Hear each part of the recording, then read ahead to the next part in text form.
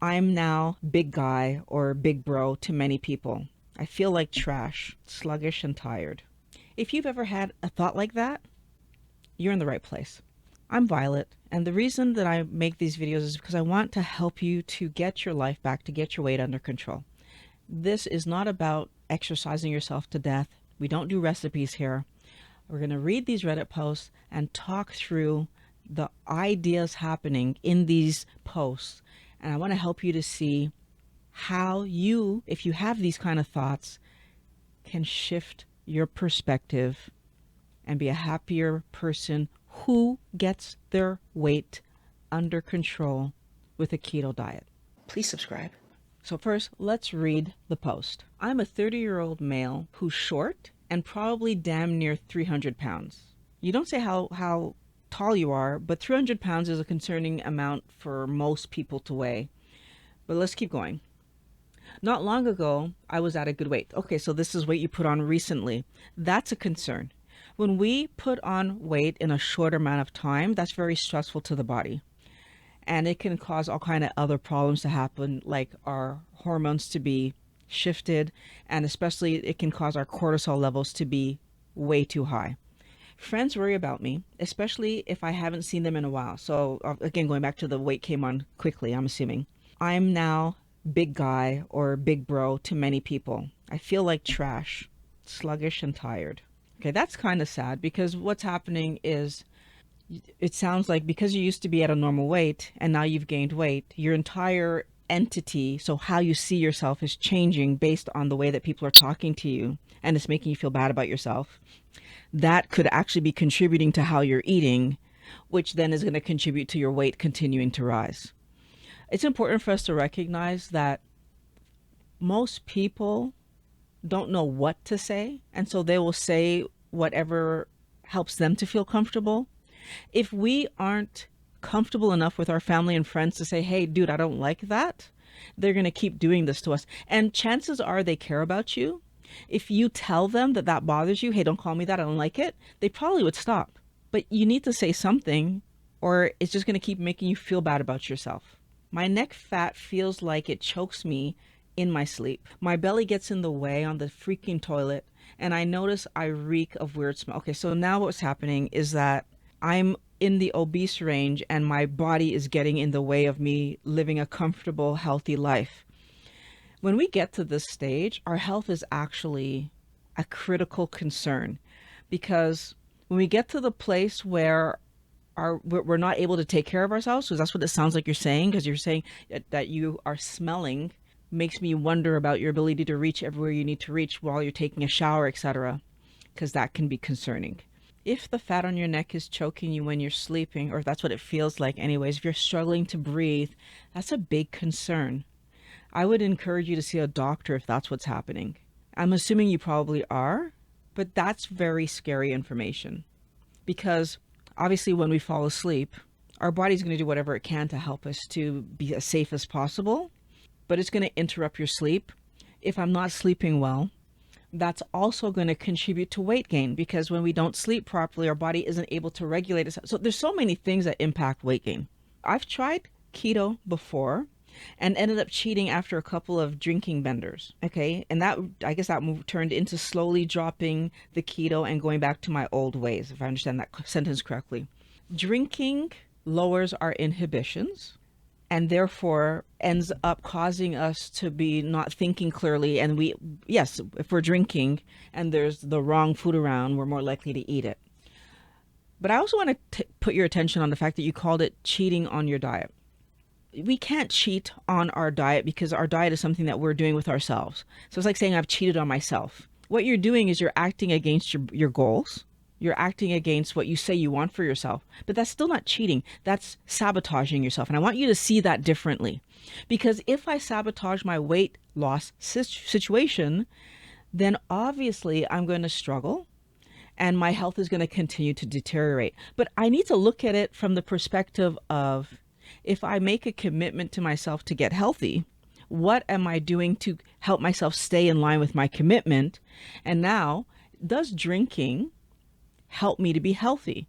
So eating a keto way of life isn't just about losing weight for you at this point.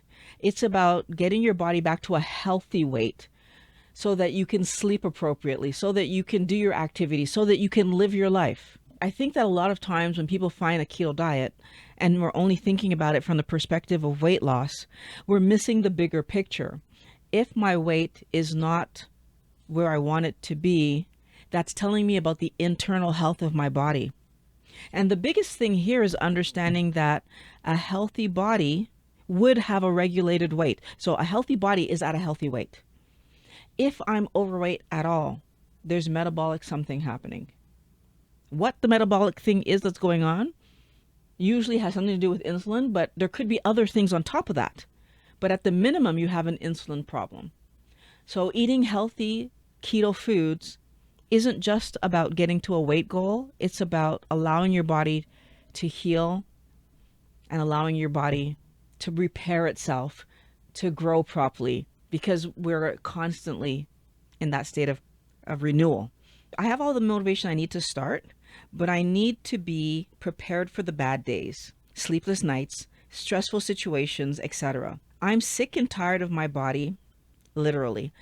So the other thing that I'm going to point out when we have a goal in front of us that we're trying to do something good for ourselves, is that making a plan that we will stick to is step one. And this plan, or you're looking for a plan is what it seems like, but you're saying that you're prepared for bad days, sleepless nights. That's the history that you have. Hopefully in your new keto lifestyle, these things get corrected. We always will have bad days, but is that what we should be planning for? And this is what's interesting, right? If I plan for bad days, then I'm looking for bad days. I'm expecting the bad days. When they happen, do I actually do something to change it? Or am I in that mental state of, yeah, my life is always like this. Things are always going wrong. I have bad days. Versus if I'm planning for correct eating, it's not about a bad day or a good day, because every day that I eat on plan is a good day. I automatically set myself up that as long as I ate on plan, where my food was concerned, that was a good day. So I'm not planning for I'm not planning to cheat. I'm not planning to not have the right foods available. I'm planning to have the right foods available. That means I do my groceries and I set myself up for that. I set myself up to have what I need to achieve the goal that I say I want to achieve. And I do that before I even start it. Every week starts with me having groceries in my home towards the goal that I have for myself. The other thing you said is that I'm sick and tired of my body. If I'm not happy with myself, then I'm not going to be putting in my all in helping myself get to the next level. There needs to be some kind of acceptance that my weight is what my weight is because my life is what my life was. If I'm changing things, then that's based on me realizing that I can actually change things. So hating my body doesn't help me. What I need to do is love my body enough to say I'm going to do these changes and stick with them. So someone please help. I think I'm one of those people who needs to commit to keto as a way of life. That's all of us. Every single one of us needs to understand that if I change my diet and achieve weight loss and then go back to the diet that I was eating before, I will go back to the fat gain diet and therefore I will regain the weight. That's how that works for everybody. That's part of the reason that diet restrictions, so calorie restriction diets don't work, right? Because at some point you can only restrict yourself so much before you're not eating enough to actually do what your body needs to do.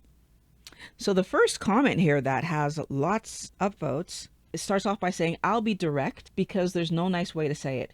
If you keep your current weight, you'll end up not being with us anymore, or having a really horrible time in your twilight years. It's just the way just a way of things when you're in an unhealthy weight range. Well, that's really straight and to the point, and okay.